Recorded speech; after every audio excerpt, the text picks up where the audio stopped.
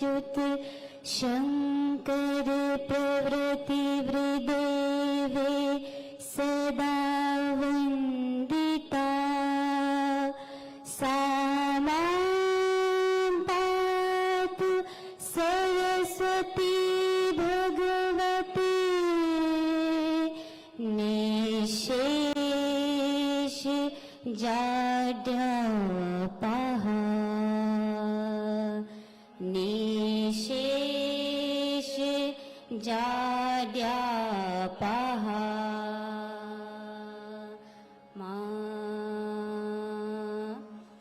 हे हंस वाहिनी ज्ञानदायिनी अम्ब विमलमति दे हे हंस वाहिनी ज्ञानदायिनी अम्ब विमलमति दे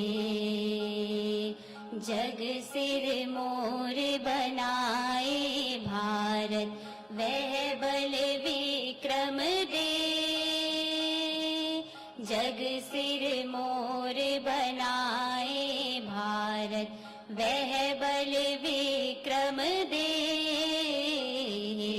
हंस वाहिनी ज्ञानदायिनी अम्ब विमलमति दे हे हंस वाहिनी ज्ञानदायिनी अम्ब विमलमति दे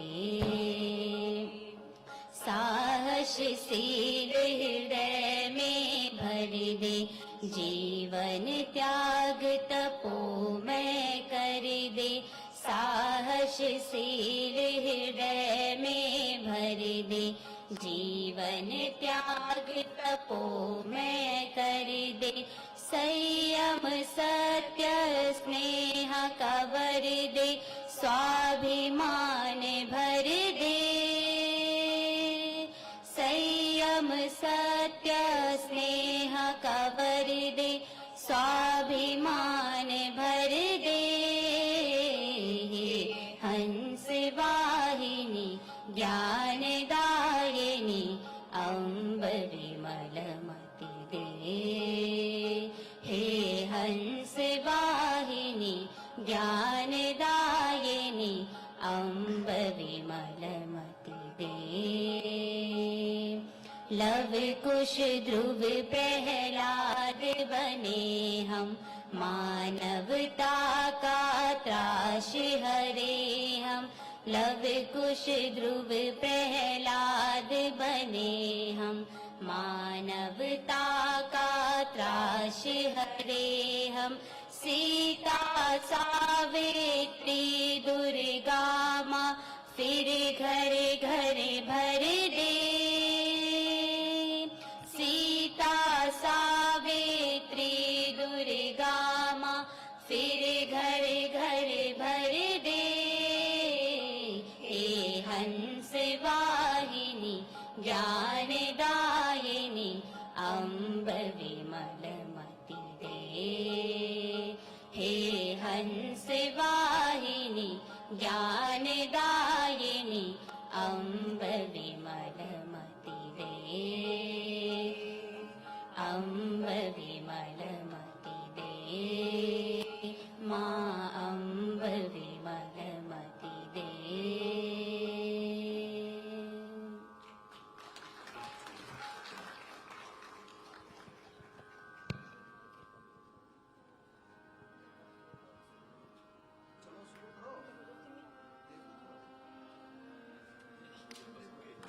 स्वागत गीत है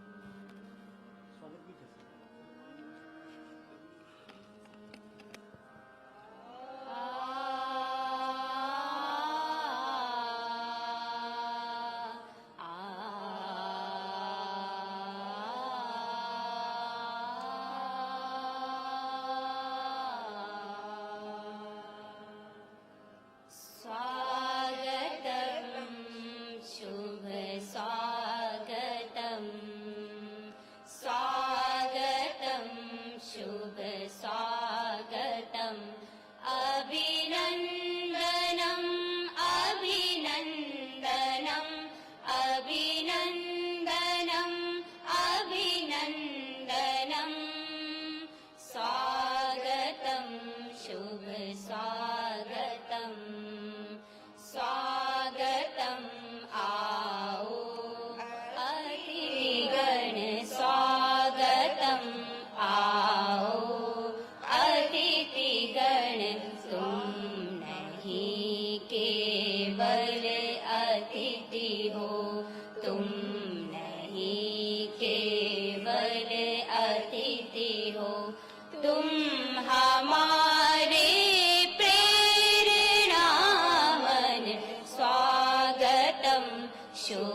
स्वागतम् स्वागतम् शुभ स्वागतम् अभिनन्दनम् अभिनन्दनम् अभिनन्दनम् अभिनन्दनम्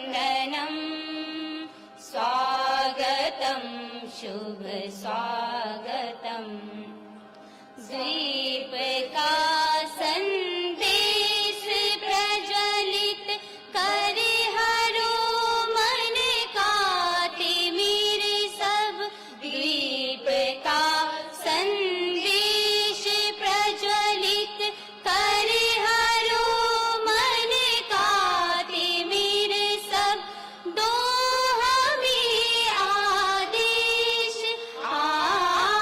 दो हमें आदेश कर दे आज जनकृत सबका तन मन स्वागतम् शुभ स्वागतम् स्वागतम् शुभ स्वागतम् अभिनन्दनम् अभिनन्दनम् अभिनन्दनम् अभिनन्दनम् स्वागतम् शुभ स्वागतम् शुभ स्वागतम् शुभ स्वागतम् सरस्वती वंदना एवं स्वागत गीत की इस प्रस्तुति के लिए एनकेपी महाविद्यालय की छात्राओं का बहुत बहुत धन्यवाद। अब इस कार्यक्रम को आगे बढ़ाते हुए हम अपने मुख्य अतिथि एवं विशिष्ट अतिथियों का स्वागत करेंगे। माननीय मुख्यमंत्री उत्तराखंड सरकार श्री पुष्कर सिंह धामी जी से विनम्र अनुरोध है कि पुष्प गुच्छ एवं शॉल भेंट कर माननीय शिक्षा कौशल विकास एवं उद्यमिता मंत्री श्री धर्मेंद्र प्रधान जी का स्वागत एवं अभिनंदन करने की कृपा करेंगे।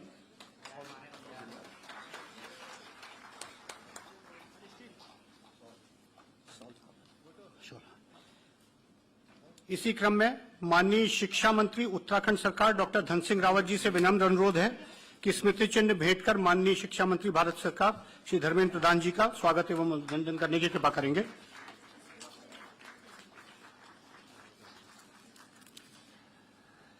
माननीय शिक्षा मंत्री उत्तराखंड सरकार डॉक्टर धन सिंह रावत जी से विनम्र अनुरोध है कि पुष्पगुच्छ शॉल एवं स्मृति चिन्ह भेंट कर माननीय मुख्यमंत्री जी का स्वागत एवं अभिनंदन करने की कृपा करेंगे।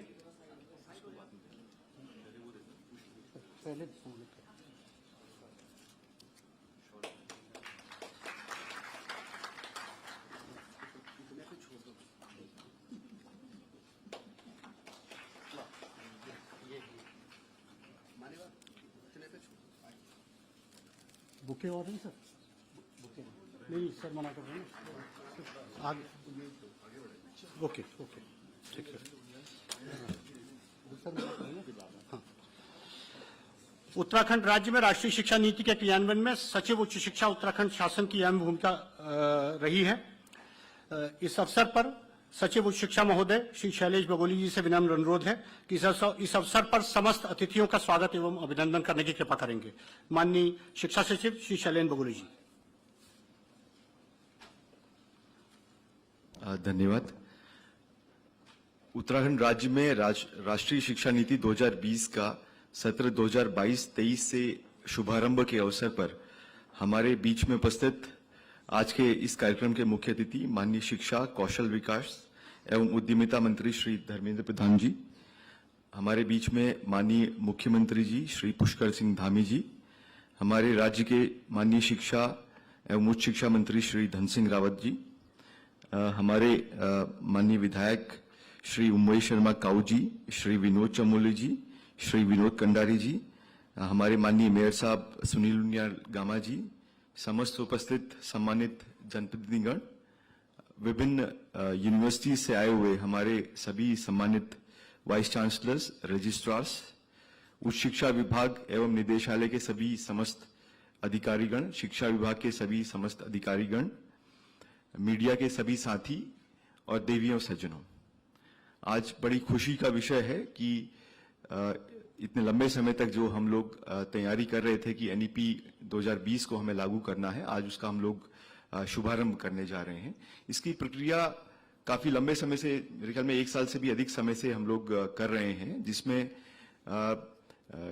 सर्वप्रथम जैसे भारत सरकार से निर्देश हम लोगों को प्राप्त थे। इसमें विभिन्न स्तरों में कमिटीज बनाई गई, चाहे वो शासन स्तर की कमिटीज हो, माननीय मंत्री की अध्यक्षता में कमिटीज हो, टास्क फोर्स व स्टीयरिंग कमेटी आदि का गठन किया गया था। इसके अलावा हमारे वाइस चांसलर्स की भी एक कमेटी गठित थी, जो कि विभिन्न सिलेबस को और किस तरह से इसको लागू करना है उसके बारे में लगातार उन्होंने विचार विमर्श किया है।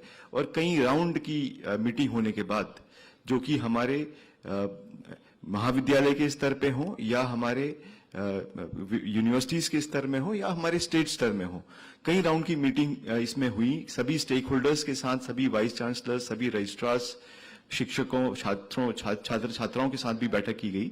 और माननीय मुख्यमंत्री जी और माननीय मंत्री जी के निर्देशन में इन विभिन्न वर्कशॉप्स में जो डेलिब्रेशंस हुए, जो निकल के आए, उसके अनुसार कुछ सुझाव भी हम लोगों ने इसमें समावेश उसमें किया था। और माननीय मंत्री जी ने भी विभिन्न स्टेट यूनिवर्सिटीज और निजी यूनिवर्सिटीज के साथ कई राउंड की वार्ता की।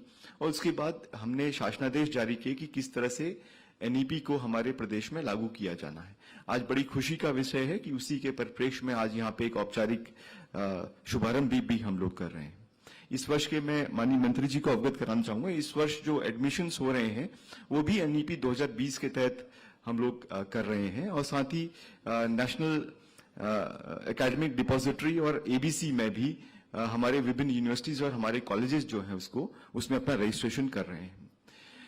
एनईपी में जैसे कि वर्णित है कि हमें शोध को, स्किलिंग को काफी महत्वपूर्ण इसमें महत्व उसका दिया गया है। तो उसके लिए स्टेट में भी हमारे विभिन्न जनपदों में कहीं पे 1, कहीं पे 2 हम लोग मॉडल कॉलेज बनाने का भी एक खाका तैयार कर रहे हैं, जिसकी प्राथमिक तौर पे स्टडीज हम लोगों ने कर ली हैं। उन मॉडल कॉलेजेस में विशेष फोकस हम लोगों का रिसर्च को लेकर के और स्किलिंग को लेकर के आएगा। और ये कॉलेज हमारे मल्टी डिसिप्लिनरिटी का एक प्रयोग भी होंगे, जहां पे जो एनईपी की मूल भावना है उसके अनुसार हम लोग कार्य कर पाएंगे इसमें।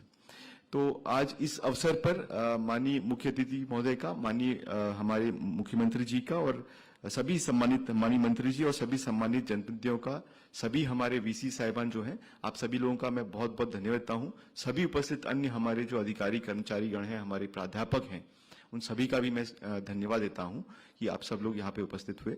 बहुत बहुत धन्यवाद। Thank you. धन्यवाद सर। समस्त अतिथियों का पुनः एक बार हार्दिक स्वागत एवं अभिनंदन करते हुए प्रोफेसर एनके जोशी, माननीय कुलपति कुमाऊं विश्वविद्यालय नैनीताल एवं अध्यक्ष पाठ्यक्रम समिति राष्ट्रीय शिक्षा नीति 2020 उत्तराखंड से विनम्र अनुरोध है कि उत्तराखंड राज्य के समस्त विश्वविद्यालयों तथा महाविद्यालयों में राष्ट्रीय शिक्षा नीति 2020 को वर्तमान शैक्षणिक सत्र से लागू किए जाने के संबंध में प्रस्तुतिकरण प्रस्तुत करने की कृपा करेंगे। माननीय कुलपति जी।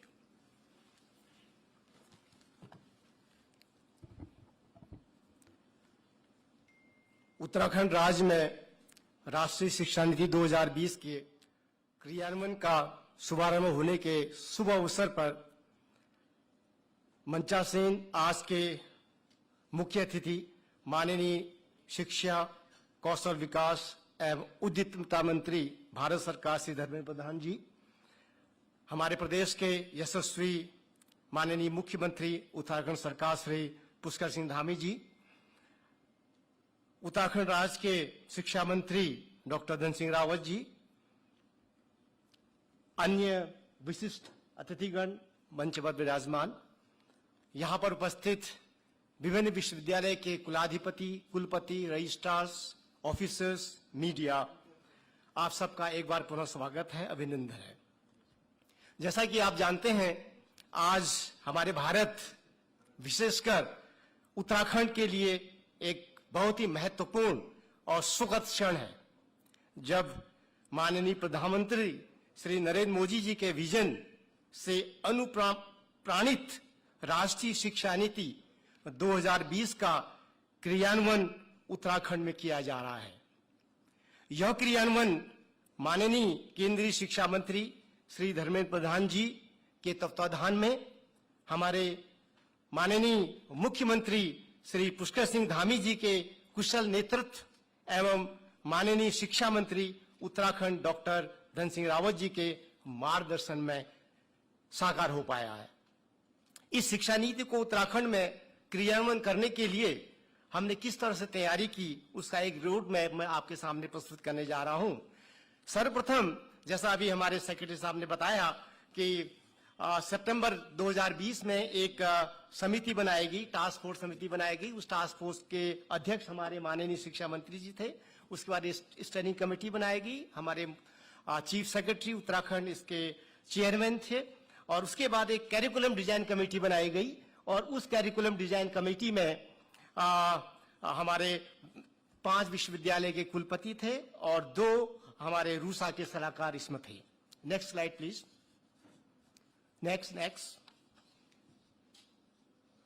नेक्स्ट। इसके बाद हमने अक्टूबर 11-12-2021 को दून विश्वविद्यालय में एक कार्यशाला आयोजित की गई। इस कार्यशाला में हमने विभिन्न एक्सपर्ट को बुलाया और सारे कुलपति और हमारे IAQAC के मेंबर्स थे। वहां पर हमने जो कैरिकुलम हमें डिजाइन करना था वो कैरिकुलम डिजाइन किया गया और उसमें सभी को कैरिकुलम बनाने के लिए विभिन्न विश्वविद्यालयों को कैरिकुलम कोर्सेज आवंटित किए गए। उसके बाद नेक्स्ट प्लीज। उसके बाद 6 से 8 जनवरी 2022 को दूसरी कार्यशाला कुमाऊं विश्वविद्यालय में आयोजित की गई। यहाँ पर जो भी हमारे पास कैरिकुलम बन के आया था उन पर गहन अध्ययन किया गया और गहन अध्ययन करने के बाद यह कैरिकुलम फाइनल किया गया। फाइनल करने के बाद इस कैरिकुलम को हमने विभिन्न स्टेक होल्डर्स के सजेशन लेने के लिए अपनी वेबसाइट पर अपलोड कर दिया था और अपलोड करने के बाद हमें जो भी इसमें सजेशंस मिले उन सजेशन को इंप्लीमेंट करने के बाद हमने फाइनल जो हमारा कैरिकुलम था उसको अपनी वेबसाइट पर हमने अपलोड कर दिया था। उसके उपरांत मैं आपको बताना चाहूंगा, नेक्स्ट स्लाइड प्लीज। इसमें माननीय चीफ सेक्रेटरी उत्तराखंड की अध्यक्षता में एक स्टैंडिंग कमेटी थी। उस स्टैंडिंग कमेटी में इसको प्रेजेंट किया गया। प्रेजेंट करने के बाद वहां से इसको अप्रूव किया गया। Next slide. उसके बाद अभी 4 मई और 12 जुलाई को DIT और UPS विश्वविद्यालय में प्राइवेट विश्वविद्यालय के कुलपति गणों के साथ एक मीटिंग की गई और वहां पर उनका भी इसमें अनुमोदन लिया गया। अनुमोदन फाइनली इसको अप्रूव करने के बाद हमने सभी विश्वविद्यालय ने, मैं माननीय मंत्री जी को बताना चाहूंगा, सभी विश्वविद्यालय ने अपनी बोर्ड ऑफ स्टडीज कर ली है और अपने एकेडमिक काउंसिल से पास कर लिया है और इसको एग्जीक्यूटिव काउंसिल में भी पास हो गया। Next please. नेक्स्ट। और ये जो हम शिक्षा नीति हमने यहां पर लागू करने जा रहे हैं, इसमें मैं मुख्य जो इसके कंपोनेंट है वो बताना चाहूंगा। इसमें होलिस्टिक डेवलपमेंट और मल्टी डिसिप्लिनरी एजुकेशन पर हमने ध्यान दिया है और easy entry and exit system पर, नेक्स्ट स्लाइड प्लीज, ध्यान दिया गया है, जिसमें अगर कोई स्टूडेंट सर्टिफिकेट कोर्स के बाद 46 क्रेडिट अर्न करने के बाद एग्जिट कर सकता है, डिप्लोमा 92 क्रेडिट के बाद और 3 years degree 132 credits, 4 years research degree program 184 credit, इस तरह से PG 232 और PhD 248 क्रेडिट के साथ बच्चा एग्जिट कर सकता है। और इसमें एकेडमिक बैंक ऑफ क्रेडिट की व्यवस्था है और सभी विश्वविद्यालयों को निर्देश दे दिए गए हैं कि अपने जो इस 2022-23 में विद्यार्थी रजिस्टर्ड हो रहे हैं, NEP के अंतर्गत रजिस्टर हो रहे हैं, वो ABC पोर्टल में भी बच्चों का वहां पर रजिस्ट्रेशन कर दें। और इस नेक्स्ट स्लाइड प्लीज। इस शिक्षा नीति को डेवलप करने के लिए 4 विभिन्न प्रकार के कोर्सेज इसमें रखे गए हैं। सबसे पहले इसमें जो हमारे कोर्स हैं उसमें मेजर एंड माइनर कोर्सेज रखे गए हैं। उसके अतिरिक्त इम्प्लॉयबिलिटी एंड स्किल डेवलपमेंट को बढ़ावा देने के लिए वोकेशनल कोर्सेज रखे गए हैं। मैं माननीय मंत्री जी को बताना चाहूंगा कि इसमें अगर 3 वर्ष का जो UG प्रोग्राम है, उस 3 वर्ष के UG प्रोग्राम में 4 स्किल डेवलपमेंट कोर्सेज हमने रखे हैं, यानी हर एक सेमेस्टर में एक स्किल डेवलपमेंट कोर्स रखा गया है। और सभी विश्वविद्यालय और महाविद्यालयों को निर्देश दिए गए हैं कि वो विभिन्न इंडस्ट्री से MOU करें और MSDC से MOU करें और ताकि वहां पर इस तरह के जो हमारे वोकेशनल कोर्सेज हैं उनको इंप्लीमेंट किया जाए। और इन वोकेशनल कोर्स को इंप्लीमेंट करने के लिए हमने कुछ कोर्सेज जैसे NCC है, जैसे उत्तराखंड में हमारे बहुत से विद्यार्थी डिफेंस सर्विस में जाते हैं तो एनसीसी को भी हमने कंपलसरी किया है। कुछ विश्वविद्यालय में एनसीसी है, एनएसएस है, इसके अतिरिक्त हमारा रोबोटिक्स है, एआई है। इस तरह के जो इम्प्लॉयमेंट कोर्सेज हैं वहां पर अलग अलग श्रेणी के, सपोज कोई विद्यार्थी फर्स्ट सेमेस्टर में एक रोबोटिक्स 1 कोर्स ले, सेकेंड में रोबोटिक्स 2, थर्ड एंड फोर्थ, इस तरह से एडवांस कोर्सेज इस तरह से करें। इस तरह से एनसीसी के 4 courses first semester, second semester, third, fourth semester में इस तरह से कोर्स बच्चा करे जो कि उसकी इंप्लॉयबिलिटी हो जाए। उसके अतिरिक्त जो हमने कोर्सेज, इसमें को करिकुलर कोर्सेज हमने रखे हैं, और ये जो को करिकुलर कोर्सेज हैं 6 को करिकुलर कोर्सेज हमने 6 सेमेस्टर में, basically we are having 6 semesters. जैसे हमारा कोई अगर यूजी प्रोग्राम है 6 सेमेस्टर्स हैं, तो हर एक सेमेस्टर में एक को करिकुलर कोर्स इसमें रखा गया है। और ये जो को करिकुलर कोर्स हैं इसमें हमने अपने भारतीय जो प्राचीन सभ्यता है और जो हमारा इंडियन नॉलेज सिस्टम है और भारतीय ज्ञान परंपरा है, इसको बढ़ाने के लिए 6 कोर्सेज हमने इसमें रखे गए हैं। जो सबसे पहला कोर्स इसमें हमने रखा गया है that is regarding the communication skill. पहला कोर्स हमारा कम्युनिकेशन स्किल पे है फर्स्ट सेमेस्टर में। सेकंड सेमेस्टर में जो कोर्स हम इसमें पढ़ाएंगे that is regarding environmental studies and value education. उसके बाद जो थर्ड सेमेस्टर में कोर्स है, it is very very important course. There are many IIMs they are teaching this course for the last 10 to 15 years, that is management paradigm from Bhagavad Gita। किस तरह से भगवत गीता में management बताया गया है, ये इसमें कोर्स रखा गया है, that is in the third semester. और फोर्थ सेमेस्टर में जो हमारे वेदों में जो विज्ञान छिपा हुआ है दैट इज रिगार्डिंग वैदिक साइंस, ये वैदिक साइंस पे कोर्स रखा गया है। और इसमें जो भी हमारे चारों वेद हैं उन वेदों के बारे में, उनके उपनिषद के बारे में, उपवेदों के बारे में बताया जाएगा, और किस तरह से हमारी पारंपरिक जो ज्ञान है, जो विज्ञान है, और जो किस तरह से वेदों में एग्रीकल्चर के बारे में, साइंस एंड टेक्नोलॉजी के बारे में बताया गया है, ये इसमें रखा गया है। इसके अलावा एक कोर्स में वैदिक मैथमेटिक्स पर रखा गया है। वैदिक मैथमेटिक्स, आज हम जानते हैं कि हमारे विद्यालय को, हमारे विद्यार्थी को जो सिविल सर्विसेज है, बैंकिंग में जाने के लिए कॉम्पिटिटिव एग्जाम जाना पड़ता है, तो उसके लिए इसमें एक वैदिक मैथमेटिक्स रखा गया जो कि हमारे विद्यार्थी फास्ट कैलकुलेशन कर सकें। इसके अलावा जो फोर्थ सेमेस्टर है, माननीय मंत्री जी को बताना चाहूंगा, फोर्थ सेमेस्टर में हमें योगा, हमारे ये माननीय प्रधानमंत्री जी का एक विशिष्ट उनका आग्रह भी, उनका एक सभी को निर्देश है कि योगा किया जाए, तो योगा के का भी एक कोर्स रखा गया है। और एक कोर्स में रखा गया है personality development through applied philosophy of Ramcharitmanas. किस तरह से रामचरितमानस में किस तरह से पर्सनल डेवलपमेंट किया जाए, ये बताया गया। और जो लास्ट कोर्स रखा गया है, इसमें छठा कोर्स रखा गया है that is regarding essence of Indian traditional knowledge. जो ट्रेडिशनल नॉलेज हमारा विलुप्त होता जा रहा है, वो क्या नॉलेज हमारा था, तो विद्यार्थियों को उसके बारे में बताया जाए। और एक कोर्स इसमें रखा गया है विवेकानंद स्टडीज पे भी एक कोर्स रखा गया है।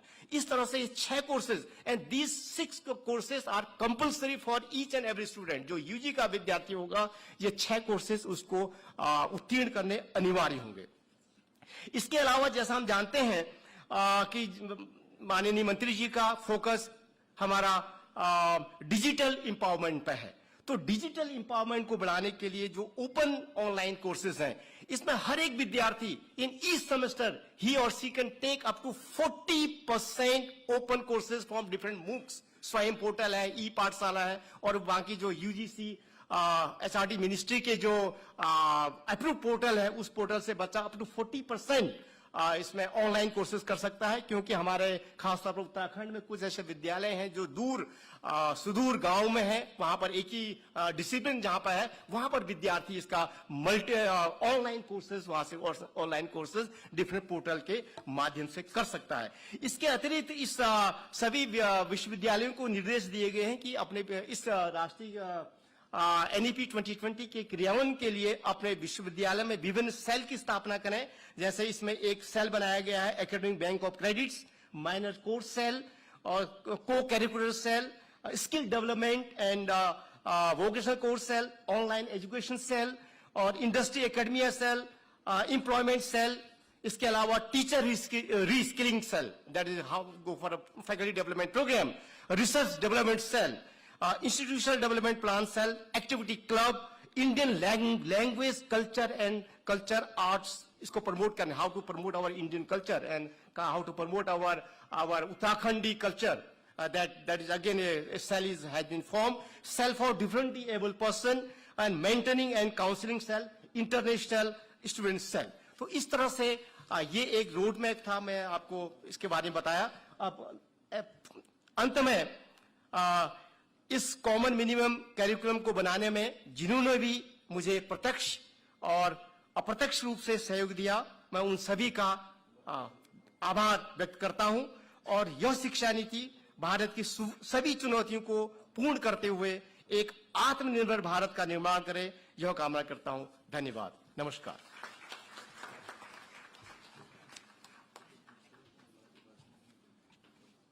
माननीय कुलपति जी का धन्यवाद। हम सभी के लिए अत्यंत हर्ष एवं गौरव का क्षण है कि माननीय श्री धर्मेंद्र प्रधान जी, माननीय शिक्षा मंत्री भारत सरकार की गरिमामय उपस्थिति में उत्तराखंड राज्य के समस्त विश्वविद्यालयों तथा महाविद्यालयों में राष्ट्रीय शिक्षा नीति 2020 को वर्तमान शैक्षणिक सत्र से विधिवत रूप से लागू किया जा रहा है। माननीय मुख्य अतिथि एवं समस्त मंचासीन अतिथियों से निवेदन है कि राष्ट्रीय शिक्षा नीति 2020 को उत्तराखंड राज्य में विधिवत रूप से लॉन्च करने की कृपा करेंगे तथा इस उपलक्ष्य में निर्मित पुस्तिका का विमोचन करने का भी कृपा करेंगे।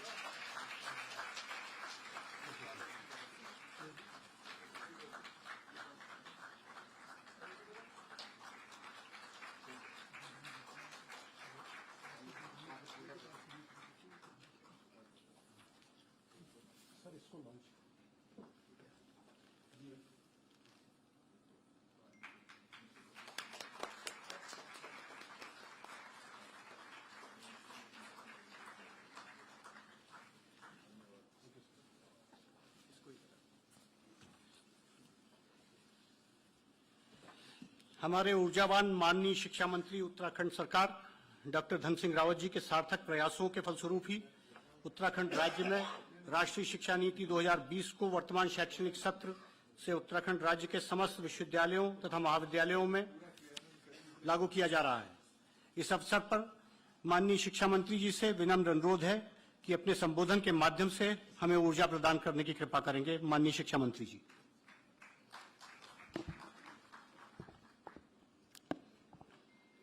आज सब लोग चुपचाप बैठ गए, पता नहीं क्यों बैठे हैं।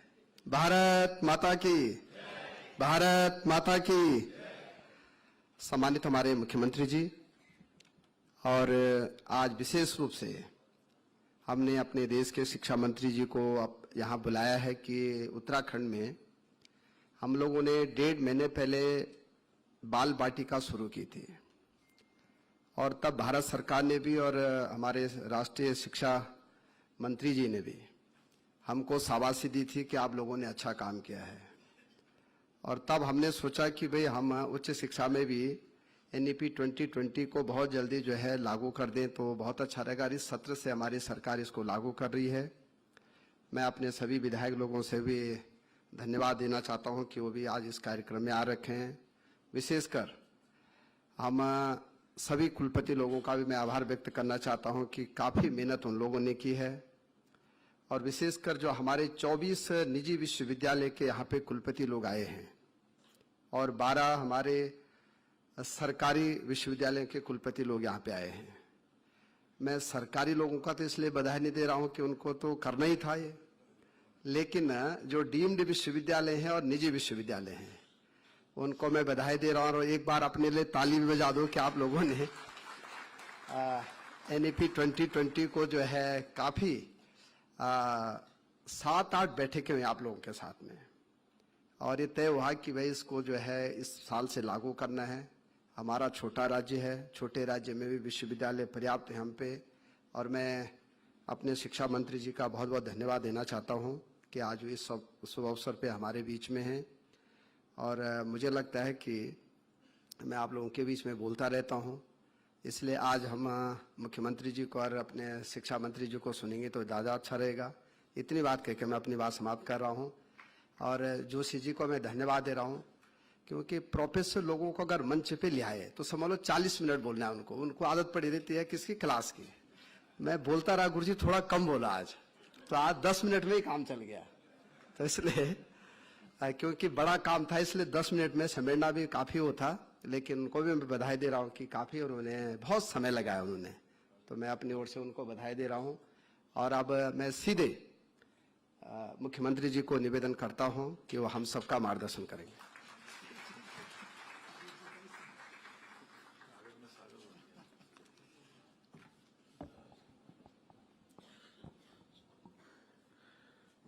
राष्ट्रीय शिक्षा नीति के शैक्षणिक सत्र के इस शुभारंभ अवसर पर बड़े सौभाग्य की बात है कि हम सबके बीच में भारत सरकार के शिक्षा एवं कौशल विकास उद्यमिता मंत्री आदरणीय धर्मेंद्र प्रधान जी हम सबके बीच में। मैं चाहूंगा एक बार जोरदार तालियां बजाकर उनका स्वागत करिए।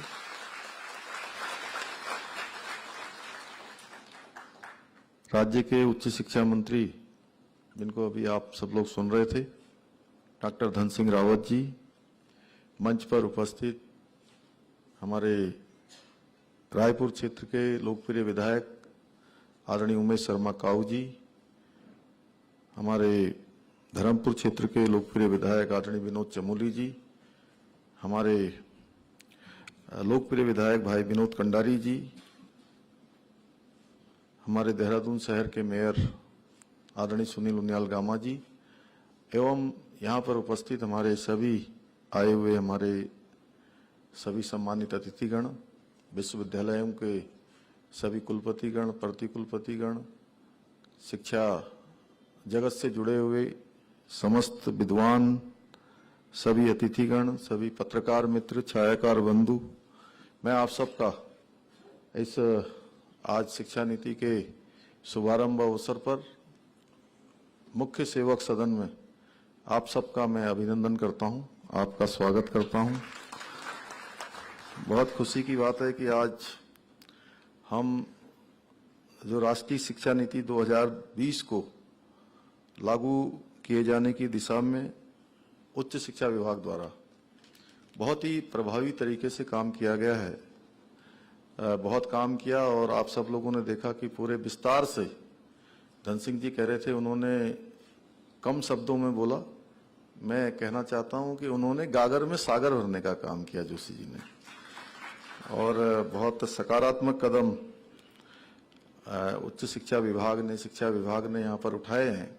जहाँ हम बाल वाटिका पहले ही लागू कर चुके हैं, पहले ही उसका औपचारिक उद्घाटन हम लोगों ने पहले ही कर लिया था, और जो राष्ट्रीय शिक्षा नीति है उसको लागू करने के लिए हम सब लोग प्रतिबद्ध हैं, संकल्पबद्ध हैं, और हमने एक टाइमलाइन भी इसका तय किया हुआ है। जहां हमने माध्यमिक शिक्षा में, बेसिक शिक्षा में, वहीं उच्च शिक्षा में भी आप सब लोगों के द्वारा इसमें काफी काम हुआ है, माननीय प्रधानमंत्री जी के नेतृत्व एवं मार्गदर्शन में और हमारे शिक्षा मंत्री जी के मार्गदर्शन में नई शिक्षा नीति 2021वीं सदी के नवीन, आधुनिक और सशक्त और आत्मनिर्भर के भारत के नए आयामों को खोलने वाली है, जिसमें सभी प्रकार का समावेश किया गया है, सभी प्रकार की व्यवस्थाएं की गई हैं। कैसे व्यक्तित्व का विकास होगा, कैसे कौशलम होगा, कैसे अन्य काम होंगे, किस प्रकार से शिक्षा होगी, उनका सबका विस्तार से इसमें उल्लेख है। देश के बहुत सारे हमारे ख्यातिप्राप्त जो शिक्षाविद हैं, विद्वान हैं, उनके द्वारा भारत की नई उम्मीदों और नई आवश्यकताओं की पूर्ति का भी नई शिक्षा नीति को एक माध्यम बनाया गया है।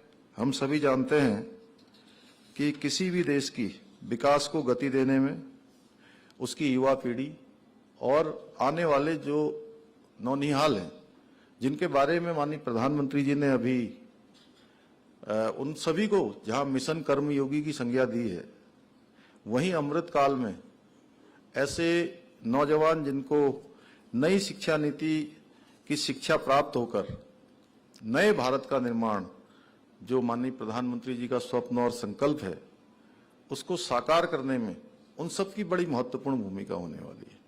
इसलिए ऐसे समय में शिक्षा नीति जो लागू हो रही है, निश्चित रूप से ये नए भारत का निर्माण करेगी। यदि हम एक अच्छा भविष्य चाहते हैं तो वर्तमान को भी सशक्त बनाना होगा। इसी प्रकार से हमें आने वाली पीढ़ी को और अधिक प्रतिभाशाली अगर हम बनाना चाहते हैं तो जहां हमें उसके बचपन को ठीक करना होगा, उसकी शिक्षा पर आज से ही कार्य करना होगा। क्योंकि हम सब लोग इस सभागार में जितने लोग भी बैठे हैं, सब लोग एक से एक विद्वान हैं और बचपन में जो कक्षा 10 में, 11 में, 12 में हमारे साथ पढ़े होंगे, हमें उनका नाम याद होगा भाई साहब अभी तक। और जिनके साथ हमने बाद में पढ़ा एमए में या लॉ में या किसी और डिग्री में, उनके नाम हमको याद नहीं होगा। क्यों दसमाना जी? क्यों प्रकाश भाई साहब बताइए? जिनके साथ कक्षा 6 में, 7 में, 8 में पढ़ा है, उन सभी के नाम हमको याद है अभी तक। लगभग 35 साल हो गए मुझे सबके नाम याद है अभी तक, जिनके साथ मैं कक्षा 4 से लेकर 10 तक पढ़ा हूं। तो इसलिए बचपन और ये शिक्षा ये बार बार मिलने वाली वो नहीं है। क्योंकि अगर हम लोग सोचें कि हम लोगों में से कोई विद्यार्थी बन जाए अभी, तो चाहकर भी हम वैसे विद्यार्थी नहीं बन सकते। वैसे तो व्यक्ति पूरे संपूर्ण जीवन भर विद्यार्थी और शिक्षार्थी रहता है, लेकिन अगर हम सोचें कि हम क्लास में पढ़ने वाले विद्यार्थी बन जाएं, क्यों दीप्ति जी बन सकते हैं? नहीं बन सकते। तो इसलिए हमें जहां अपने इन आने वाले कर्णधारों को अच्छी शिक्षा देने का संकल्प लेना होगा। और वैसे भी भारतीय संस्कृति में शिक्षा का स्थान वो सर्वोच्च स्थान दिया गया है। और एक समय था जब भारत शिक्षक के रूप में पूरे विश्व को ज्ञान देने का काम करता था। जब पूरी दुनिया शिक्षा के बारे में, शिक्षा व्यवस्था के बारे में नहीं जानती थी, तब हमारे यहाँ पर नालंदा और तक्षशिला जैसे विश्वविद्यालय होते थे। और हमारे शास्त्रों में भी कहा गया है, व्यय कृते वर्धितम एवं नित्यम विद्याधनम सर्वधनम प्रधानम। यानी कि विद्या सभी संपदाओं में, सभी संपत्तियों में सबसे बड़ी संपत्ति है। क्योंकि विद्या ही ऐसा धन है जो दूसरों को देने से और दान करने से हमेशा बढ़ता है। विद्या का दान शिक्षा देने वाले के जीवन में भी बहुत बड़ा परिवर्तन लाता है। हमारे देश में कभी भी प्रतिभाओं की कमी नहीं रही है। एक से एक प्रतिभाएं रही हैं, एक से एक विद्वान शिक्षाविदों ने, विद्वानों ने, हमारे ऋषियों ने, मनीषियों ने हमेशा बौद्धिक संपदा को बढ़ाने का काम किया है। कालांतर में भले ही देश के अंदर विदेशी आक्रांताओं और शासकों ने हमारी शिक्षा व्यवस्था पर भी सबसे अधिक चोट की, इसको तहस नहस कर दिया था। अंग्रेजों द्वारा बनाई गई शिक्षा प्रणाली कभी भी हमारे जो भारतीय संस्कृति है, हमारा जो लोकाचार है, उसका हिस्सा नहीं थी। इसका उद्देश्य केवल और केवल एक सेवक वर्ग को तैयार करना था, केवल सेवा का माध्यम बनाना था। और उसी दौर में ऐसी बहुत सारी व्यवस्थाएं बना दी गई, जिसके बाद से पढ़ाई का अर्थ और लक्ष्य केवल और केवल सेवा और नौकरी प्राप्त करना हो गया था। हमारे देश में वर्षों से ऐसा शिक्षा तंत्र लागू था जिसमें कई विद्वान शिक्षाविद अनेकों खामियां उसकी गिना चुके थे। पहले कई दशकों से लगातार ये मांग उठती रही कि नई शिक्षा नीति आनी चाहिए, युवा पीढ़ी द्वारा की जा रही थी, जो भविष्य की आवश्यकताओं के अनुरूप हो। अंत में यह काम भी, जैसे कश्मीर के अंदर धारा 370 समाप्त करने के लिए कई दशकों से मांग उठती रही। 40,000 से भी ज्यादा लोगों की वहां शहादत हो गई, लेकिन धारा 370 समाप्त नहीं हुई।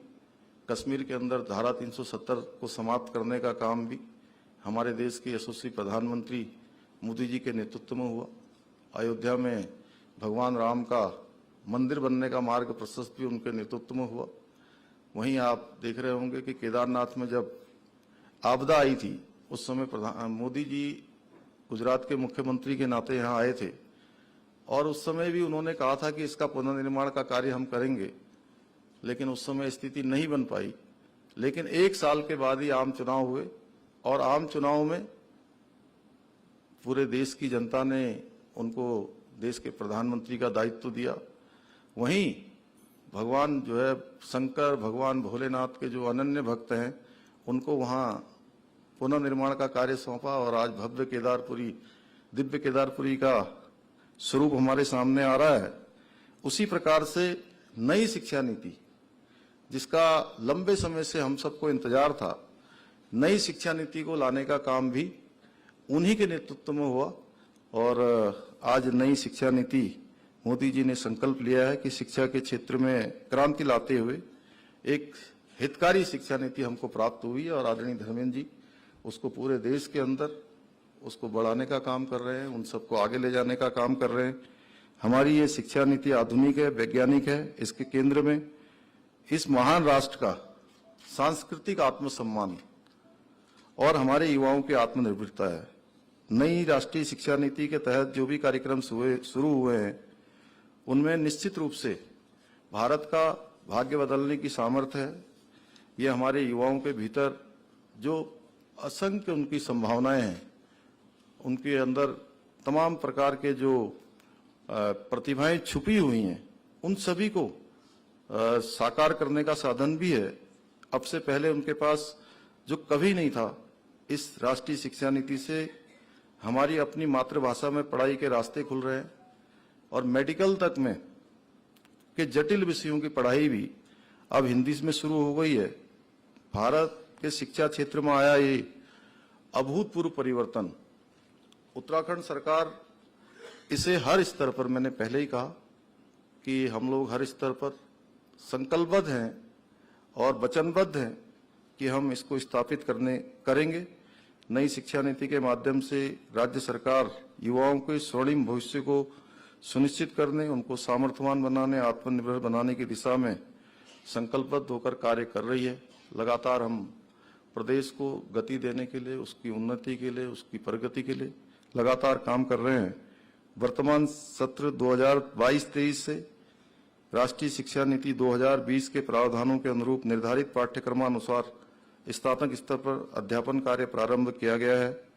राज्य में छात्रों के सर्वांगीण विकास और शिक्षा तंत्र को विश्व स्तरीय बनाने के लिए हमारी सरकार ने भी कई योजनाओं और अभियानों को गति दी है। आज प्रातःकाल जब आदरणीय धर्मेंद्र जी आए थे, तो उन्होंने हमारे यहाँ पर 2-3 विभागों की अलग अलग प्रकार से यहाँ पर समीक्षा की, सारी जानकारी प्राप्त की है।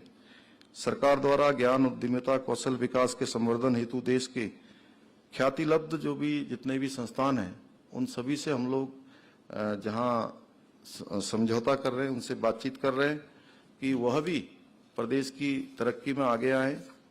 प्रदेश को जो हम लोगों ने संकल्प लिया है कि 2025 में जब हमारे राज्य की स्थापना का 25 साल पूरा होगा, रजत जयंती वर्ष जब हम मना रहे होंगे, तो सारे विभागों को हमने कहा है कि सभी विभाग अपना एक रोड मैप बनाएं, जो 3 साल में कौन सी योजनाएं ऐसी हैं जिन योजनाओं को हम धरातल पर उतार सकते हैं, जिन योजनाओं को हम पूरा कर सकते हैं।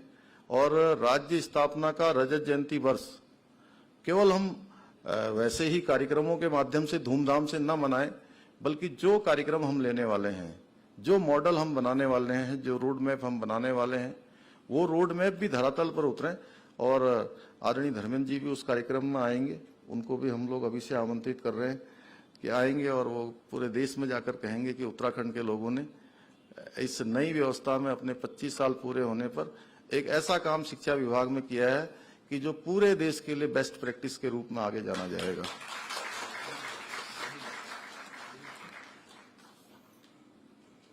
जहां उच्च शिक्षा में डिजिटल इनिशिएटिव को बढ़ावा देते हुए ई गवर्नेंस की दिशा में सकारात्मक प्रयास किए जा रहे हैं।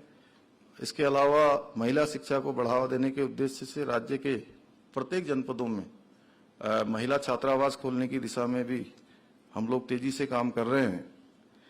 उत्कृष्ट उत्तराखंड बनाने की हमारी यात्रा प्रभावी शिक्षा तंत्र का महत्वपूर्ण स्थान है। प्रदेश की शैक्षणिक इकाई का सशक्तिकरण और संवर्धन दोनों ही हमारी प्राथमिकता है।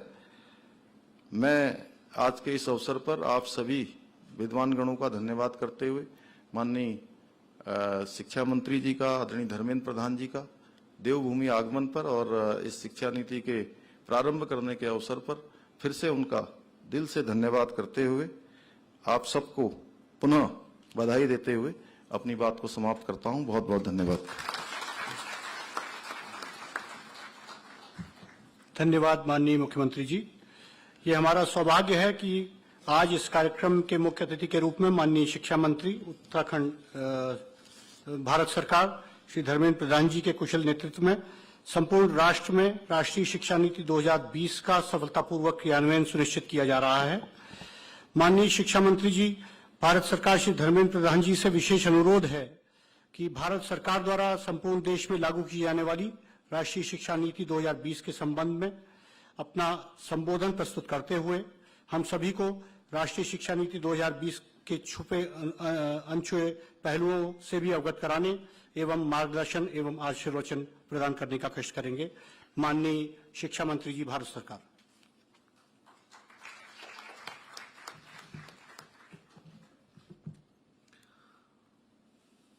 आज की कार्यक्रम में उपस्थित उत्तराखंड की लोकप्रिय युवा मुख्यमंत्री, मेरे अत्यंत प्रिय मित्र श्री पुष्कर सिंह धामी जी, प्रदेश के शिक्षा विभाग के मंत्री मेरे मित्र डॉक्टर धन सिंह रावत जी, मंच पे उपस्थित मेरे तीनों विधायक मित्र उमेश शर्मा जी, दोनों विनोद जी, विनोद चौमोली जी, विनोद कंडारी जी और मेयर मेरे मित्र गामा जी, और यहाँ उपस्थित उत्तराखंड की सभी विश्वविद्यालय की परम सम्माननीय वाइस चांसलर महोदयगण, शिक्षा विभाग से जुड़े हुए समस्त वरिष्ठ अनुभवी प्राध्यापक प्राध्यापिका, महानुभावगण, उत्तराखंड सरकार की वरिष्ठ अधिकारी मित्रगण, अन्य नागरिक वृंद तथा पत्रकार मित्रगण, आज एक अच्छा दिन है।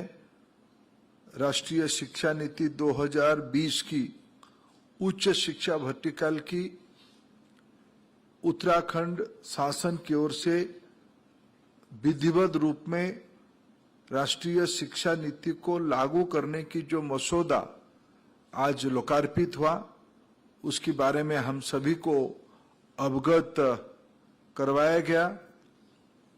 उसी अवसर पर हम सभी लोग एकत्रित हुए हैं। आदरणीय जोशी जी उसकी प्रायोरिटीज के बारे में बताया। पिछले 2 साल से, लगभग 2.5 साल से शिक्षा नीति के बारे में पर्याप्त चर्चा समाज ने किया है। अभी दायित्व है, चुनौती है उसको क्रियान्वयन करना, last mile, last delivery point तक उसको इम्प्लीमेंट करना, यानी college, university and institutions level पे इसको काम पे लेके आना, यही चुनौती है। जोशी जी ने उत्तराखंड की स्ट्रैटेजी के बारे में, वे अहेड के बारे में बड़ा विस्तार से वर्णन किया, और दोनों माननीय मुख्यमंत्री और शिक्षा मंत्री जी ने दोनों ने अपने विचार उसमें दिए ही हैं, और आज भी चंद शब्दों में उन्होंने अपना विजन को बताया। मित्रों, मैं सबसे पहले उत्तराखंड को बहुत बहुत धन्यवाद देता हूं। वो राष्ट्रीय शिक्षा नीति को लागू करने में स्कूल वर्टिकल हो या हायर एजुकेशन वर्टिकल हो, दोनों में देश की अन्य प्रांतों से काफी आगे हैं। मैं उत्तराखंड को बधाई देता हूं। उत्तराखंड कैसे आगे ना रहे, इस सभ्यता की लेखन वेद हो, उसकी बयान उपनिषद हो, या रामायण महाभारत की महाकाव्य हो, ये सब देश की कहीं ना कहीं लिखा गया, लेकिन इसकी पठन मनन कहां किया गया? पठन मनन तो उत्तराखंड में ही किया गया, इसीलिए उसको देवभूमि कहा गया, क्योंकि देवता यहीं रहते थे। देवता यानी कोई शायद इंडिविजुअल ना हो, एक फिलोसफी है, एक बिलीफ है, एक कमिटमेंट है। जिस भूमि में सारा चरित्र एकत्रित मिलता है, इसी की नाम देवभूमि। और पिछले कई हजारों साल से भारत की जो मूल पूंजी ज्ञान है, ज्ञान की पुजारी इसी प्रदेश में रहते हैं। इसीलिए मैं आश्वस्त हूं, अब तक उत्तराखंड न केवल आगे है, आने वाले दिनों में भी भारत में नया बेंचमार्क खड़ा करेगा, इसमें मेरे को कोई संदेह नहीं है। मित्रों, आज सुबह मैंने विस्तार से उत्तराखंड की, मेरे को उस समय में धामी जी ने इस विषय को उल्लेख नहीं किया था, मैं भी उसको याद नहीं कर पाया था कि 2025 में उत्तराखंड अपनी रजत जयंती मनाएगी। 2047 में यानी आने वाले 25 साल भारत अंग्रेजों से आजादी का 100 साल मनाएगी, और हम 21वीं सदी के आधे समय पूरा करेंगे। ये बहुत सुखद संयोग है, और हमारी ऊर्जावान नेतृत्व मंच पे बैठा है। इन उमेश भाई को मैं अभी मेरा मित्रता हुई है, लेकिन ये जो चारों मित्र, 5 मित्र और बैठे हैं मंच पे, ये कभी हम देहरादून की रास्ते में नारा लगाते हुए घूमते थे। मैंने कहा सुबह भावुक होके कहा धामी जी को, धन सिंह जी को, और हमारे आज अभी यही नहीं है, लेकिन और एक मित्र थे महेंद्र भट्ट जी, हमारे प्रदेश के अध्यक्ष। हम चारों लोग कहें कि देखो, हम लोग कॉलेज के जमाने में इकट्ठा जुटे थे व्यवस्था परिवर्तन करने के लिए। हम जिस विचारधारा में शामिल हुए, उस विचारधारा ने हमको प्रशिक्षित किया कि व्यवस्था आजादी तो मिल गई, लेकिन व्यवस्था परिवर्तन करनी चाहिए, शिक्षा जगत में व्यवस्था परिवर्तन होनी चाहिए। भगवान के आशीर्वाद रहा, बद्री विशाल के आशीर्वाद रहा, विश्वनाथ बाबा का आशीर्वाद रहा। हम लोगों को काम मिला है शिक्षा जगत की संबंध में व्यवस्था परिवर्तन करने के लिए। अभी हम भाग नहीं सकते हैं, हम किसी को बहाना नहीं दे सकते हैं। अभी मैंने कहा, और मुख्यमंत्री जी और शिक्षा मंत्री दोनों ने कहा है, निश्चित रूप में हम इस काम पे लगेंगे। मित्रों, आज सुबह हमने अधिकारी मित्रों से समझा और तय किया, उत्तराखंड में हर एक साल लगभग 1.5 लाख शिशु जन्म लेते हैं, 1.5 लाख शिशु जन्म लेते हैं।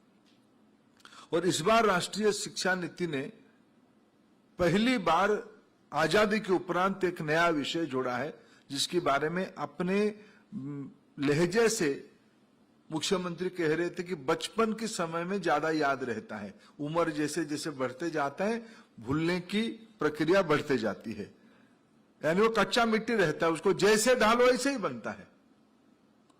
इसीलिए राष्ट्रीय शिक्षा नीति ने कहा कि बच्चों को फॉर्मल एजुकेशन आयु 3 से दिया जाए। पहले आंगनबाड़ी था, लेकिन आंगनबाड़ी की प्रायोरिटी स्वास्थ्य के बारे में था, न्यूट्रिशन के बारे में था, सेकेंडरी एजुकेशन था।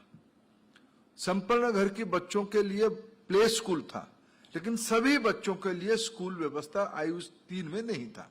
इसलिए पहली बार राष्ट्रीय शिक्षा नीति में एंट्री ईयर 3 को मान के बाल बाटिका 1, 2, 3 और 6 साल से क्लास 1 शुरू होगा। पहली बार 1, 2, 3 के नाम पे बाल बाटिका जो केजी कहा जाता था या आंगनबाड़ी कहा जाता था, उसको स्कूली व्यवस्था में बाल बाटिका 1, 2, 3 कहा जाएगा। मैं बहुत ही प्रसन्न हूं, उत्तराखंड पहला राज्य है जिन्होंने बाल बाटिका को लागू कर दिया है। एनईपी ने कहा कि धीरे धीरे लागू करो, उत्तराखंड कहां अटकता है। और धामी जी मुख्यमंत्री और धन सिंह जी शिक्षा मंत्री, ये दोनों तो सुपर सोनिक जेट टाइप के लोग हैं। इन्होंने कहा नहीं, मैंने उनको पूछा कि धन सिंह जी आप हमारे सब शिक्षा की विशारद गए थे दिल्ली मेरे को मिलने के लिए, मैंने कहा कि थोड़ा लागू करो, बोले लागू करो, हमने तो 4000 स्कूल में लागू कर दिया है। और अगले बार उन्होंने आश्वस्त कि अगले शिक्षा वर्ष से पूरी जो विद्यार्थी यानी जनसंख्या में जो लोग आज 1-1.5 लाख बच्चे जन्म होते हैं, उनको जब 3 साल हो जाते हैं उनको 100% एनरोलमेंट करना ही है।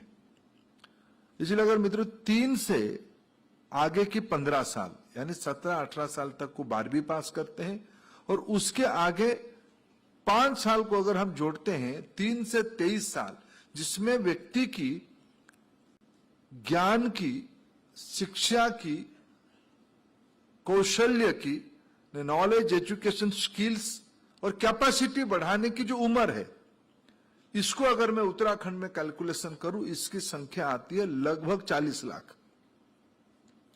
राज्य में आज की व्यवस्था है लगभग 35 लाख, यानी उसमें स्कूल शिक्षा, उच्च शिक्षा, technical education, skill development centres, medical education, nursing, paramedicals, ये सारे को अगर हम मिला दें, इसकी संख्या लगभग 35 लाख होगा। हम थोड़ा और कैलकुलेशन किया जा सकता है। 40 लाख लोगों की टारगेट, 35 लाख की व्यवस्था है। मुख्यमंत्री जी को हमने पहले अनुरोध किया कि दुनिया बदल रही है, दुनिया में औद्योगिक क्रांति 4.0 में बहुत नए चीज हो रहे हैं। आज ही प्रधानमंत्री जी ने अभी कुछ समय पहले हम सभी के सामने बैंक को डिजिटलकरण किया। डिजिटल पेमेंट हम सुने थे, लेकिन पूर्णांग बैंक डिजिटल प्लेटफॉर्म पे आ जाएगा। यानी बैंक अकाउंट खोलने से लेके लोन लेने तक, पैसा डिपॉजिट करना, विड्रॉ करना, ट्रांसफर करना, सारे काम कॉम्प्रिहेंसिव एक सिंगल विंडो सिस्टम पे हो जाएगा, यानी डिजिटल बैंक हो जाएगा। आजादी के अमृत महोत्सव पे प्रधानमंत्री जी ने 75 बैंक आज ऐसे खोले। रिजर्व बैंक उनको लाइसेंस दिया, 24/7 काम करेगा। रात को 3 बजे भी कोई कामकाजी व्यक्ति स्टेशन से उतर के जाके अपना काम करके आ सकता है।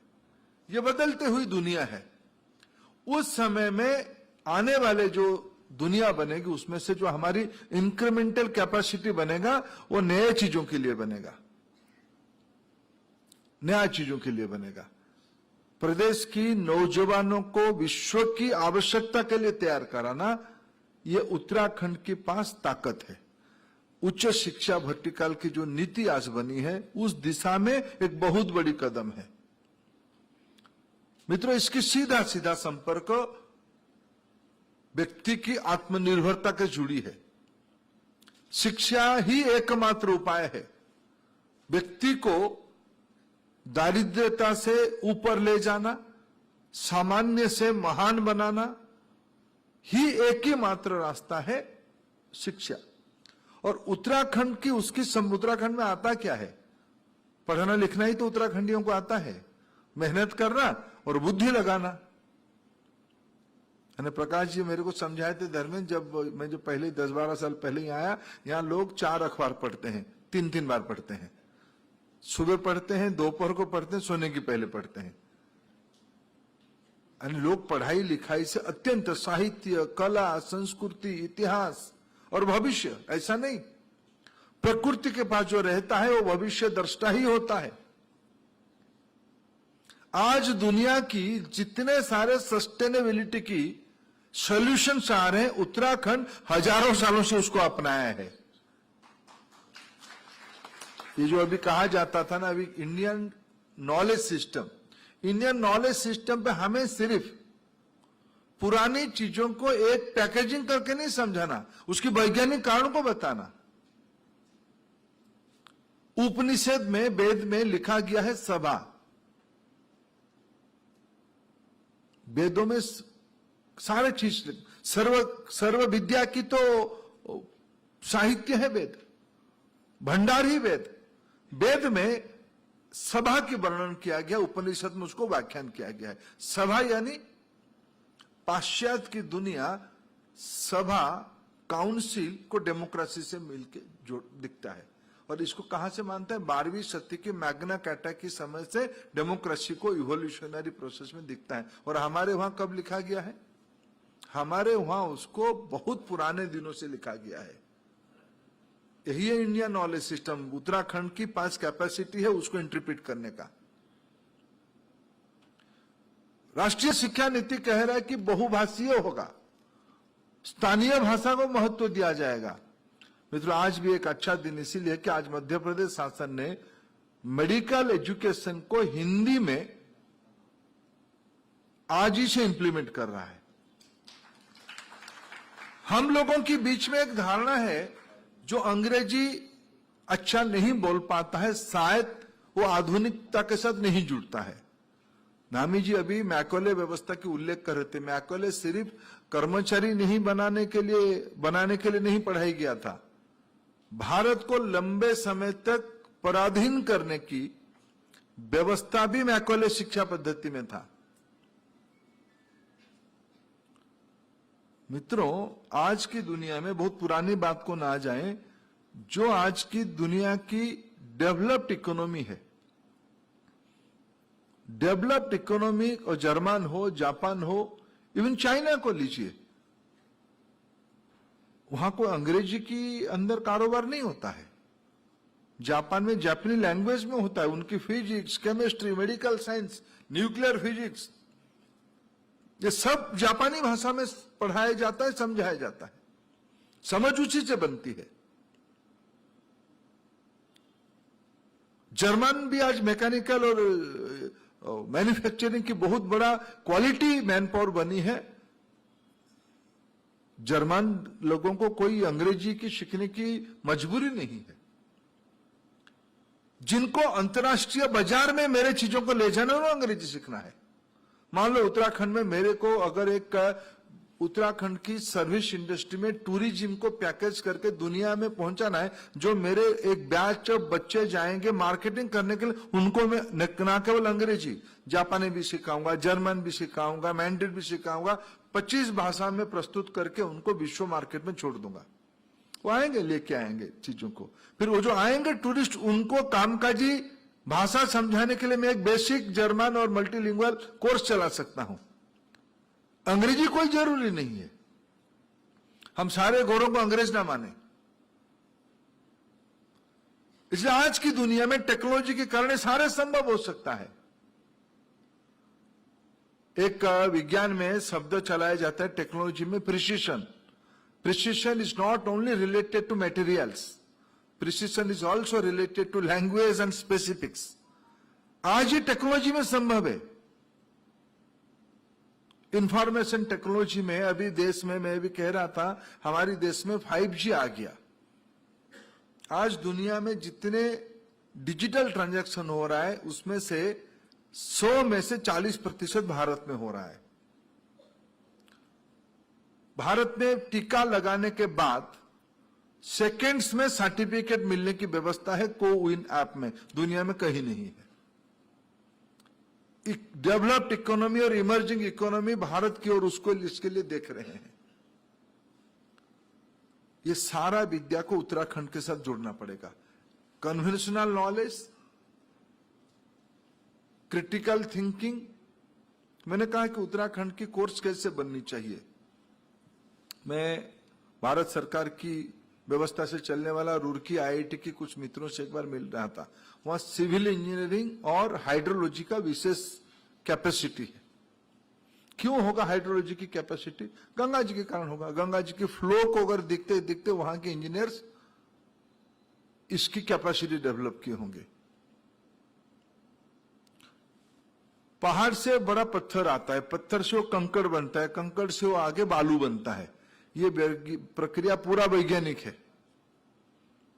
उत्तराखंड के बच्चों को पहाड़ को बालू बनने की किताब पढ़ने की आवश्यकता नहीं है।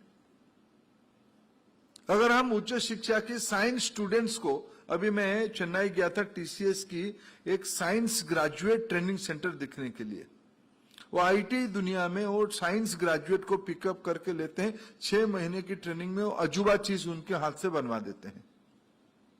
ये सारा चीज मैं कभी उसको देखा, भारत में कौन कौन देश में इससे सारा चीजों की साइंटिफिक टेम्पर इनबिल्ट है, उसमें उत्तराखंड मेरे को याद आ रहा था। तो यही तो सारे चीजों की, सस्टेनेबिलिटी, फिजिक्स की, केमिस्ट्री की, आखिर ये सारे वनौषधि की सामान्य ज्ञान उत्तराखंड की गांव-गांव के लोगों के अंदर में है कि नहीं है?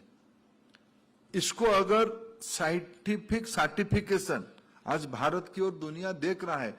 WHO ने पहली बार प्रधानमंत्री जी की आह्वान को स्वीकार करते हुए आयुर्वेद को एक इंटरनेशनल मेडिसिनल स्ट्रीम मानना शुरू किया है।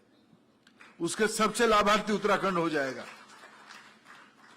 इसमें कुटीर उद्योग, उसमें से रोजगार, उसमें से अर्थनीतिक संपन्नता।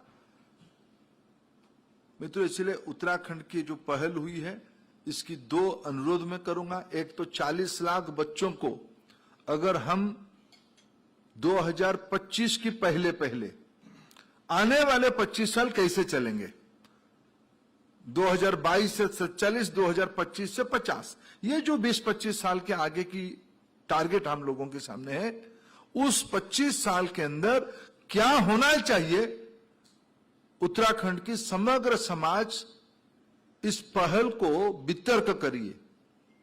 एकदम सरकार मसौदा बना दिया है, हमारे वाइस चांसलर समूह ने एक डॉक्यूमेंट ले आए, इसीलिए हम मान जाना चाहिए, ऐसा मैं भी मानता नहीं हूं। समाज वितर्क करे, लेकिन एक मसौदा बन जाए, एक डॉक्यूमेंट बन जाए, और उस डॉक्यूमेंट को अगर हम 2023 से उसको क्रियान्वयन करना शुरू कर दे, 24 में शुरू कर दे, 25 में फाइनल करके पिकअप लेना शुरू कर दे, और 2047-50 साल तक 25 साल की अगर हम मेहनत करें मित्रों, हम अगर देखिए, हम कोई शायद, मैं अभी कह रहा था कि हम लोग शायद उस समय में थक के दिख रहे होंगे कहीं बाजू में बैठ के, ऋषिकेश में किसी कहीं जगह पे बैठ के दिखेंगे कैसा चला, प्रकाश जी जैसे हमको मार्गदर्शन कर रहे हैं। आप लोगों में बहुत सारे जो मेरे बच्चे आज भी गाना गा रहे थे, भी स्वागत संगीत, वो उस समय में फुल फोर्स में काम कर रहे होंगे। मित्रों, मैं मेरे बात को आप स्वीकार करें, इस बार प्रधानमंत्री जी ने जो राष्ट्रीय शिक्षा नीति की कल्पना किया है, ये एक 60-70 पेज का डॉक्यूमेंट नहीं है, ये एक तत्व है। 21वीं सदी में भारत को ज्ञान आधारित समाज जीवन खड़ा करने की जो पुरानी परंपरा रही है, उसको 21वीं सदी में पुनः रीअप्रोप्रिएट करने का एक फिलोसॉफिकल डॉक्यूमेंट है, और उसमें उत्तराखंड सरकार तेजी से उसको आगे बढ़ रहा है। अभी केवल सरकारी विश्वविद्यालय नहीं, निजी विश्वविद्यालय, सरकारी स्कूल नहीं, निजी स्कूल, हाँ ये बात सही है, शिक्षा गुणात्मक दृष्टि से सभी को मिले, यह भारत सरकार की दायित्व है, राज्य सरकारों की दायित्व है। इसीलिए हमने, मैं आपको अगर 2 उदाहरण देके मेरे बात को समाप्त करूं, ये सारा चीज आपकी बन जाएगी। आप सिर्फ धामी जी और धन सिंह जी, आप लोग कुछ भी चीजों को करोगे, बड़े गहराई से करोगे, मेरा भरोसा है। जड़ तक जाना पड़ेगा, उसकी व्यवस्था खड़ी करनी पड़ेगी। अभी इस बार हम लोगों ने डिजिटल यूनिवर्सिटी की कल्पना किया बजट में, यानी इसके अर्थ क्या होगा? उसके अर्थ, पहाड़ की कोई नौजवान नीचे आके परिवार के साथ जो बसता है, और उसमें से एक भाई जाके बाहर कहीं काम करता है, 12वीं पास करके जाके काम करता है, वो डिजिटल यूनिवर्सिटी में एडमिशन करेगा, काम करते रहेगा, एडमिशन भी कर लेगा। शायद उसको अगर जो रुचि की विषय है, देश की किसी भी विश्वविद्यालय में जाके उसकी कैपेसिटी और उसकी प्रायोरिटी और रुचि तीनों को मिलाते हुए उन्होंने कोर्स लेगा और उसमें से डिग्री कर सकता है। डिग्री के लिए उसको अभी क्रेडिट, कितने क्रेडिट होने से क्या सर्टिफिकेट मिलेगा, डिप्लोमा मिलेगा, डिग्री मिलेगा, मास्टर्स सर्टिफिकेट मिलेगा, पीएचडी तक हो जाएगा, ये सब अभी वर्णन किया जा रहा था। ये सब डिजिटल यूनिवर्सिटी में हम अगले शिक्षा वर्ष से करने का कोशिश कर रहे हैं। उत्तराखंड में मैंने कहा कि 3 प्रकार के इंस्टीट्यूशन है। एक तो उत्तराखंड शासन से चलने वाले इंस्टीट्यूशन है, जहां ज्यादा लोग आप बैठे हो, भारत सरकार की कुछ शिक्षा विभाग की महत्वपूर्ण संस्थान है, आईआईटी है, आईआईएम्स है, सेंट्रल यूनिवर्सिटी है। तीसरा एक उत्तराखंड की साइज की दृष्टि से एक बहुत बड़ा मात्रा में सेंट्रल गवर्नमेंट की रिसर्च लैबोरेटरी है। तरह तरह की रिसर्च लैबोरेटरी है, हिमालयन स्टडीज से लेके फॉरेस्ट रिसर्च सेंटर से लेके पेट्रोलियम इंस्टीट्यूट तक, डिफेंस की, डीआरडीओ की, अनेक अच्छे इंस्टीट्यूशन है। ये सभी की कैपेसिटी को एक मिला के उत्तराखंड की नौजवान को तैयार करने के लिए डिजिटल प्लेटफॉर्म पे कैसे उनको कैपेसिटी बिल्ड करे, ये एक संभव है। इसको उच्च शिक्षा डिपार्टमेंट समन्वित करेगा, ये आज मैंने अनुरोध किया है। दूसरा, अगले शिक्षा वर्ष से अभी भारत सरकार, माननीय प्रधानमंत्री जी ने 200 नया टीवी चैनल खोलने के लिए आर्थिक अनुदान दिया है, अनुमति दिया है बजट के कारण माध्यम से। पहले 34 टीवी चैनल्स थे जिसमें स्वयं प्रभा चलते थे। अभी टेक्नोलॉजी नया आ गया, उस 34 का कैपेसिटी बढ़ के हो जाएगा 60, हो जाएगा उच्च शिक्षा विभाग में। नया जो आएगा 200 रहेगा स्कूल विभाग में, कुछ स्किल के साथ भी शेयर किया जाएगा। यानी 200 पुराना 34 का 60 मिला के 260 चैनल के माध्यम से भारत की सभी राज्यों को भारत सरकार एमओयू करके शिक्षा उपलब्ध कराने के लिए, गुणात्मक शिक्षा उपलब्ध कराने के लिए चैनल्स दे दिया जाएगा। अभी चुनौती है उसमें दिखाएं क्या, और मैं मानता हूं उत्तराखंड उसमें से, आज तो मैंने अनुरोध किया, उत्तराखंड तो उसमें खुद को पढ़ा ही लेगा, उत्तराखंड बाकी लोगों को पढ़ाने का भी दायित्व ले सकता है। जुबिन नौटियाल की गाना सिर्फ उत्तराखंडी लोग सुनते हैं या देश सुनता है? देश सुनता है। उत्तराखंड में इतनी टैलेंट है। आपकी सीडीएस कहां के हैं? कोई राज्य की आप, मैं तो ईर्ष्या करता हूं उत्तराखंड के लोगों को। 2 सीडीएस एनएसए, 2 सीडीएस उत्तराखंड से आए, यानी क्या शौर्य का क्या पराकाष्ठा होगा। ये सिर्फ नौकरी करके करने कारण बने क्या? ऐसा नहीं है। आने वाले दिनों में दुनिया की डिफेंस स्ट्रैटेजी की शायद यही एपी सेंटर बन सकता है, क्योंकि डीएनए में कुछ ताकत है। ये सारा नॉलेज को कैसे 21st सेंचुरी के साथ जोड़ें, टीवी के माध्यम से, टेक्नोलॉजी के माध्यम से, डिजिटल प्लेटफॉर्म पे। इसलिए मैं तो बहुत आश्वस्त हूं, उत्तराखंड खुद को तो तैयार करेगा ही। उत्तराखंड की दायित्व बनता है जो सदियों से आप करके आए हो। उत्तराखंड में हम लोग आते हैं गंगा स्नान, हमारे नीचे भी गंगा है, लेकिन आते हैं हरिद्वार, हर की पौड़ी में स्नान करते हैं, क्योंकि यही पवित्र है, यही शुद्धता है, यही मोक्ष है। और जो गंगोत्री यमुनोत्री चले जाता है वो तो अत्यंत पवित्र आदमी हो जाता है।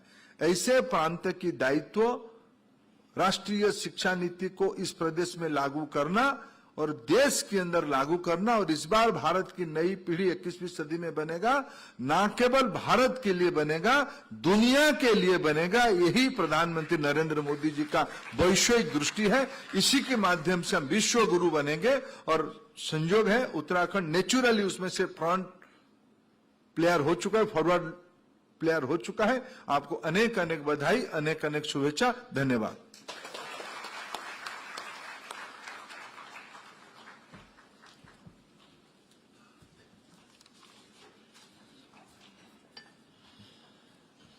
माननीय मंत्री जी का हृदय की गहराइयों से आभार। कार्यक्रम को समापन की ओर ले जाते हुए मैं माननीय निदेशक उच्च शिक्षा उत्तराखंड शासन डॉक्टर संदीप शर्मा जी से विनम्र अनुरोध करता हूं कि समस्त अतिथियों का इस कार्यक्रम में सहभागिता के अवसर पर धन्यवाद ज्ञापित करने की कृपा करेंगे। साथ ही एमकेपी महाविद्यालय की छात्राओं से अनुरोध है कि इस कार्यक्रम के तुरंत पश्चात राष्ट्रगान होगा, कृपया अपने स्थान ग्रहण करने का कष्ट करें। धन्यवाद डॉक्टर साहब।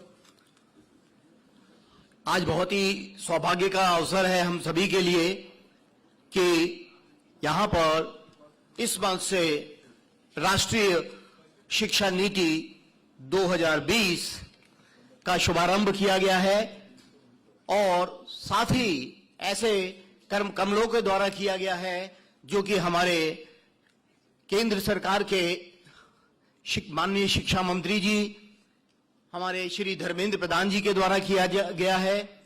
साथ ही साथ यशस्वी हमारे स्टेट के जो मुख्यमंत्री जी हैं श्री धामी जी, पुष्कर सिंह धामी जी, और इस नई, मैं कहूंगा, शिक्षा नीति के हमारे इस स्टेट में प्रणेता अत्यंत यशस्वी डॉक्टर धन सिंह रावत जी, जो माननीय उच्च शिक्षा मंत्री हैं हमारे प्रदेश के, उनके द्वारा किया गया है।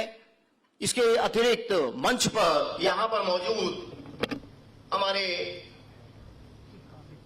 श्री सुनील गामा जी, आदरणीय माननीय उमेश शर्मा जी, यहां पर मौजूद माननीय विनोद चमोली जी, विनोद कंडारी जी, आप सभी का मैं यहां पर समस्त उच्च शिक्षा विभाग की ओर से हार्दिक स्वागत और अभिनंदन